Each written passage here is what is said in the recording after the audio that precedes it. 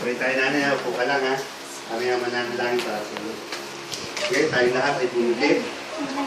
Dakilang Diyos na makapangyarihan sa lahat. Maraming salamat po muli, Panginoon, sa panibagong taon na pinagkaloob mo po para kay Nanay Norma. Salamat po dahil muli niyong pinalalakas siya sa kabila ng mga karamdaman na kanyang naranasan, Panginoon.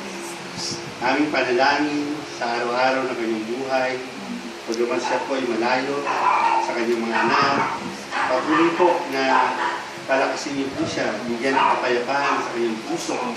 Kayo ang siyang maging Diyos niya habang panahon, Panginoon. Ang kanyang lakas sa kanyang buhay ay patuloy niyang isuko sa inyo, Panginoon.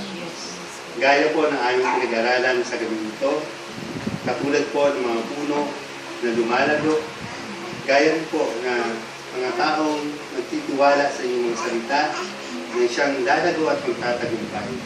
Ganito po ang gawin ni Nanay Norma habang po siya ay patuloy na may kalakasan. Ang inyong mga salita ang siyang kanyang pong pangahawakan sa araw-araw ng kanyang buhay.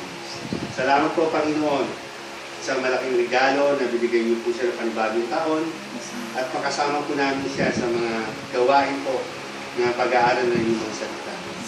Muli, Lord, nagpapasalamat po kami at nakikiisa sa kanyang kaarawan ngayon.